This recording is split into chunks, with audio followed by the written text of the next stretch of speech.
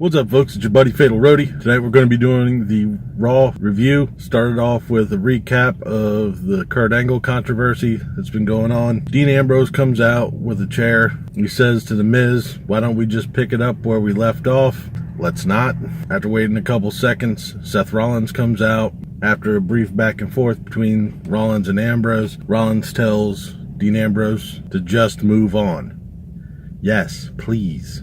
And there's another bit of back and forth because Seth Rollins was the one that broke up the Shield. Seth Rollins turns his back on Ambrose and tells him, go ahead and hit him with a chair, get it over with, get it out of his system. Dean Ambrose throws the chair out of the ring. The crowd pops.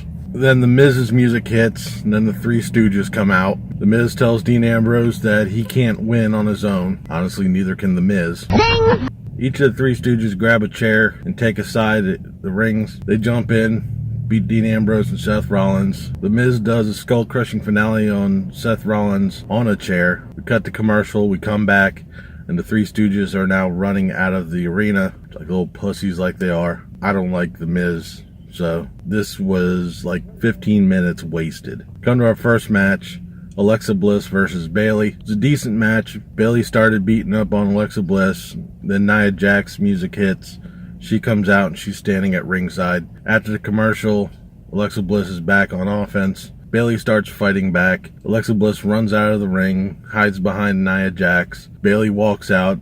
Alexa Bliss jumps her from behind Nia Jax. They go back and forth again. Sasha Banks comes out, attacks Nia Jax. Bayley gets the Bayley to belly for the pin. Like I said, it was a decent match. We then have a video package for Roman Reigns, which is a waste. Then I have a backstage segment with Titus O'Neil, another waste. Which brings us to our next match, Mustafa Ali and Jack Gallagher versus Brian Kendrick and David Gulak. Holy shit, we have new cruiserweights again. But mixing feuds with tag teams, one of my pet peeves, is what I talked about the past 2 weeks. It was a quick match. Ali and Gallagher won. I really don't know where they were trying to go with this match. Like I said, it ended really quick, but we at least got to see some flippy shit. Then we have a segment where Enzo Amore comes out, starts talking shit as usual, calls out Big Cass. Big Cass comes out, they start talking shit again.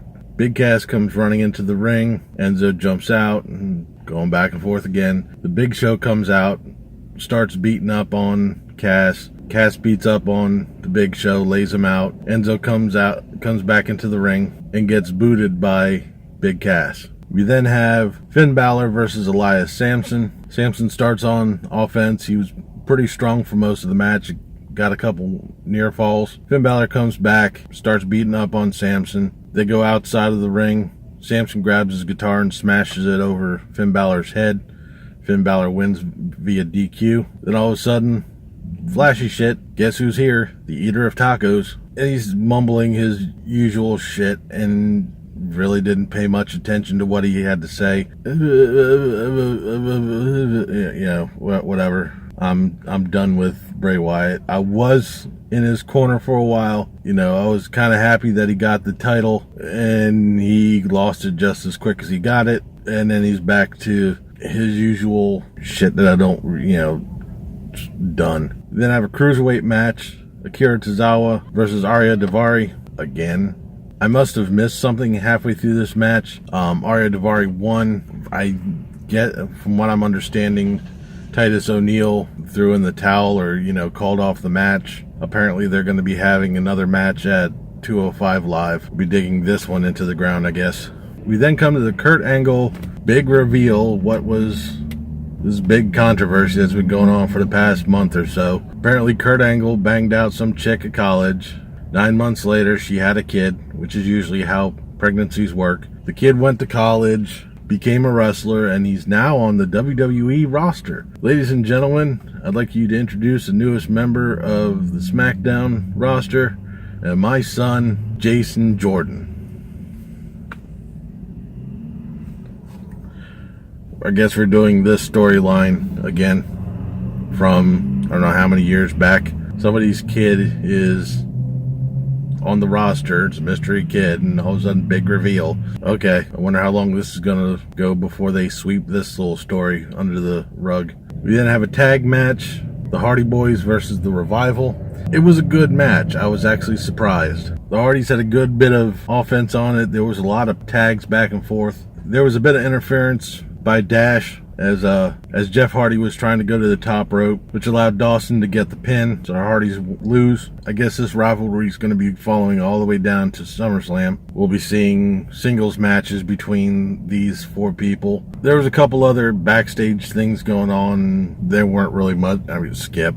We then come to our main event, Samoa Joe versus Roman Reigns for the #1 contender for the Universal title at SummerSlam. I was surprised they gave quite a bit of time for this match. It was pretty decent.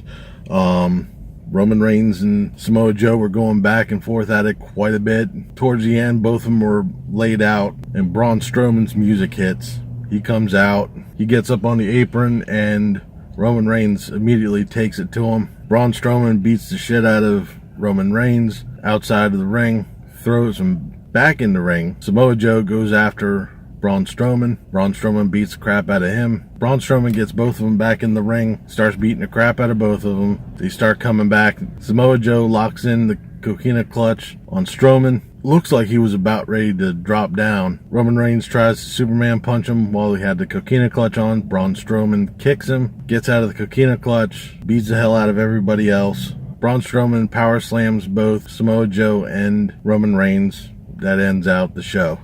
I've never, since I've been doing these, I can safely say I've never seen a really good Raw. They've been average at best. This one I definitely didn't like. There was way too much of the sitting doing shit backstage or people talking on the mic in the ring. There could have been a couple more matches in the time that they were sitting here showing you video packages of stuff you've already seen or doing recaps of stuff you've already seen. Even if they cut the in-ring mic stuff in half, we could have gotten at least another match out of this. I didn't really get behind the cruiserweight matches. We had another rematch of Davari and Tozawa. I don't know why, because apparently I guess, there was the back and forth shit backstage between the two of them, whatever. And then the tag match, I really didn't understand. Each of them have beef with the other, so we're just going to stick you both in a tag match so we can kind of settle it. I guess they put them in tag teams so they can take care of 2 matches at one time, and it doesn't help. Creates more confusion than anything. The whole Dean Ambrose and Miz thing is just done again. I keep saying it, same shit, different week. But we've added Seth Rollins into the mix, so I guess it makes the whole thing different. We got the bullshit with the Three Stooges, Bo Dallas and Curtis Axel. I mean, it's lining up to look like it's supposed to be a Shield reunion. Right now it's a 2-on-3. They just need to drop Roman Reigns from the shit that he's running in, put him back together with the Shield so they can face against the Three Stooges at SummerSlam, and then drop the goddamn story.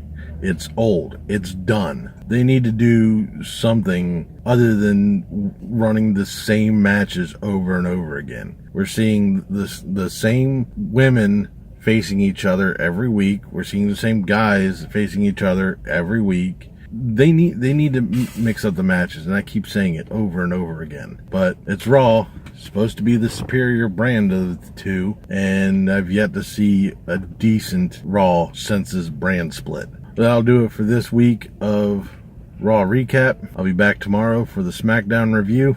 Leave a comment down below what you thought of tonight's Raw, what you thought of this video. Don't forget to like, share, and subscribe. I've been Fatalroadie. You've been awesome. Thank you very much for watching. And remember, if it's too loud, you're too old. See ya.